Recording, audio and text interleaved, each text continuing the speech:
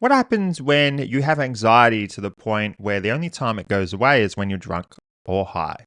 What happens when you're an entrepreneur and you know you're destined for more, but you can't get past this crippling anxiety, and so you're drinking and doing drugs to make it go away so then you can concentrate on your vision and work toward being an entrepreneur? What happens when you are so reliant on drugs to numb the anxiety that you can't actually leave the house unless you have a fucking large quantity of them? What happens when you can't go a day without taking these drugs? Otherwise, you'll break out in sweats and the anxiety will be crippling to the point where you don't want to leave the room. What happens when you really want to try and manage this current business that you have, but you can't function unless you take drugs? What happens when you can't even see people, meet girls, or work on the computer or pack orders for your e commerce business that you have unless you have a mouthful of these pills? Well, anyway, those are all the things that I went through. And I've had a lot of people asking me about my story of addiction and how I went from being a full blown drug addict to a successful OnlyFans management agency owner, here teaching all of you on YouTube how to do the same thing. So I want to touch on that story a bit and how I got to where I am now, nearly 4 years sober, mindset of steel, making bank, and now I'm teaching others how to do the same thing. Well, it all started with fucking anxiety. The word that goes around, it gets thrown around so much now that it actually makes me cringe when I use the word. And back then, and when I say back then, it's like as long as I can think of, well, especially high school, anxiety. Oh, I can't talk to people, I get anxiety. Can't talk to girls, I get anxiety. Oh, I can't go anywhere, I can't be myself because of anxiety.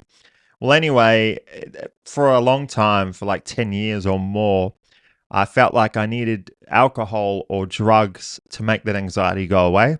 And so I don't want to go into the specifics of the quantity and the types of drugs I had on YouTube.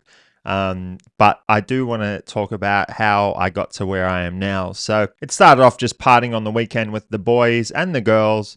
And then eventually it graduated to walking around with a straight bottle of vodka, just drinking it from the bottle because no other alcohol was strong enough. And I needed a fuckload of them just to make the anxiety go away. Because you get tolerant to the point where the anxiety doesn't go away unless you're drunk. And when you drink alcohol all the time, well, you need a fuckload of concentrated alcohol to make it go away. And then comes the straight bottle, and then comes the vodka, and you're just drinking it from the bottle.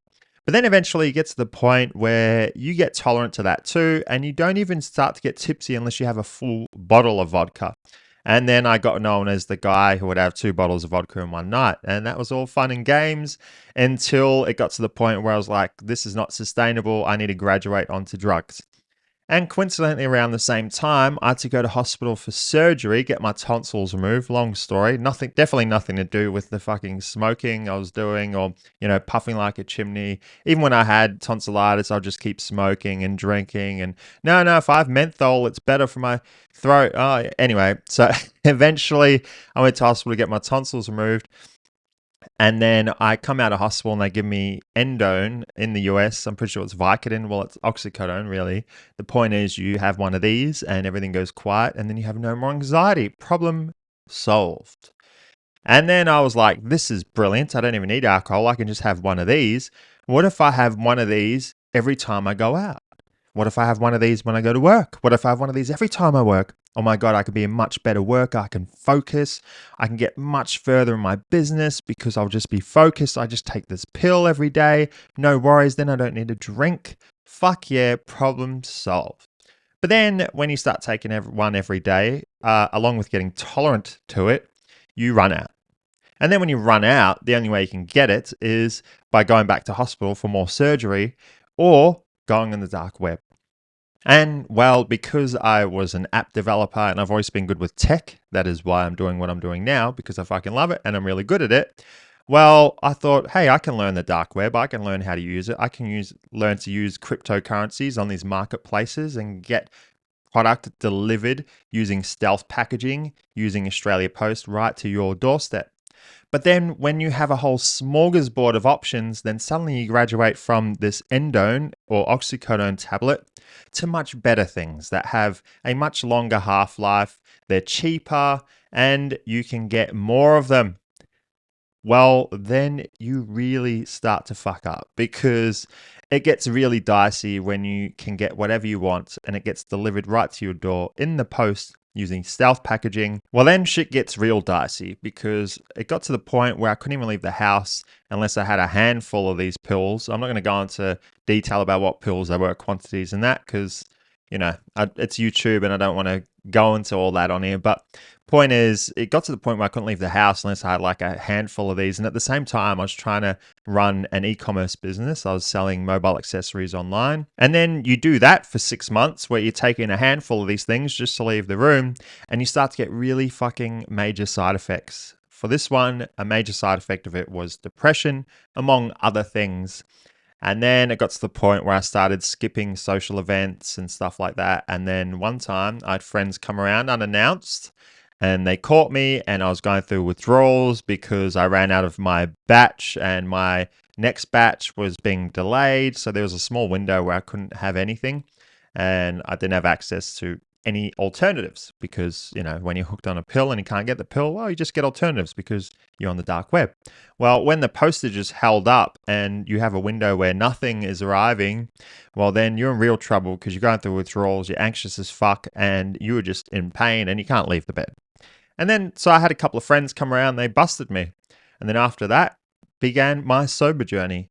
Well, when you sober up, you start to learn about, I think it's called the cycle of recovery or something, but anyway, you learn that relapsing 3, 4, 5, 6, 7, 8, 9, 10, 11, 12 times is all a part of the journey. So it starts off with, no, I'm not going to have it. I'm not going to have it. And then it's like, oh, I can get access to it. You know what? If I just order some and I'll keep it there just in case I really need it. And then a friend's wedding comes up. Oh, you know what? Oh, I'll get really fucking anxious. What if I just have it at this wedding? I'll only have it on special occasions when there's going to be a big group of people I haven't seen in a while. And then it all begins again. And then you need it to leave the house. And then you need to see friends. Then you need to see girls. And then it just goes in circles, circles, circles. So what did I do to help with that? Well, I started going to the library and I told everyone not to invite me anywhere. And so I started going to the library on the weekends. And what do you do at the library on the weekends? You learn stuff. And at this time, Andrew Tate was starting to take off a little bit, and I discovered OnlyFans, and I realized, hey, OnlyFans is kind of like managing OnlyFans is kind of like e-commerce, except you have an unlimited supply of inventory, you have no unhappy customers, you have no overheads, you don't get any breakage. You don't have people messaging you saying, hey, my phone case broke in the mail. And I was like, wow, this is brilliant. And so I looked into that, and then I was like, you know what, fuck it, I'll just start outreaching and I'll see how I go. Started messaging girls, and then right then I knew I was fucking good. I learned that I was good at applying a first principles framework to just mundane tasks. Normally people go, he is doing it this way, so I'm going to do it this way because that works. Well, I went, why is he doing all those extra steps? What if you just boil it down? Anyway, I learned I was real good. So right out of the gate, I learned that I'll just voice message girls to pique curiosity. And then to sign them, I learned instead of taking them all these different steps and the call and the meeting and the fucking this and that, I learned that is just more opportunities for them to bail. So if I just sign them within the same place where I'm talking to them, then they're more likely to sign. And then I learned I can just use Google Docs, upload the contract, copy that, paste it in Insta, and then boom, sign them right there and then. And I was like, wow, I'm fucking good. And then that helped me stay sober because all of a sudden I was on a path. I was really good at it. It was really enjoying. I love doing OnlyFans management. It's kind of edgy. I love talking to girls and it's not normal. And you work for yourself. I fucking love it. And it's problem solving. Oh, a lot of problem solving. And then that helped me stay sober. So now I'm nearly 4 years now. And when I started doing OnlyFans management, my e-commerce business kind of went under because who would have thought, when you need a handful of pills to leave the room and then you stop taking the pills and you go through withdrawals and you can't function, who would have thought? You have a business and it goes under. Who would have thought, hey? Anyway, so when that went under, I was doing Uber Eats deliveries for about 10 hours a day while I was growing my OnlyFans management agency. I would chat in between deliveries. There's a funny story I posted on my Insta. I was literally chatting in between deliveries to the point where sometimes I'd go pick up orders and I'd say the wrong, you go to like a place to pick up a delivery. You go to a place to pick up an order for delivery and you have to give the person's name who is collecting it. And I would just always give like different fucking answers. One time I said OnlyFans, like, hey, who's the delivery for? And I said OnlyFans. And then I went bright red anyway, walked out with it. Because I was like managing OnlyFans accounts in between deliveries. And then I would get home and then I'd be chatting on the accounts. And then it got to the point the agency started paying for itself. And then I scaled up, got more models. Then you get VAs. Then you get managers to manage the VAs. And then now I'm here teaching you guys how to do it. And that's my story. Anyway, as usual, smash the like button, smash the subscribe button, and I'll see you on the next one.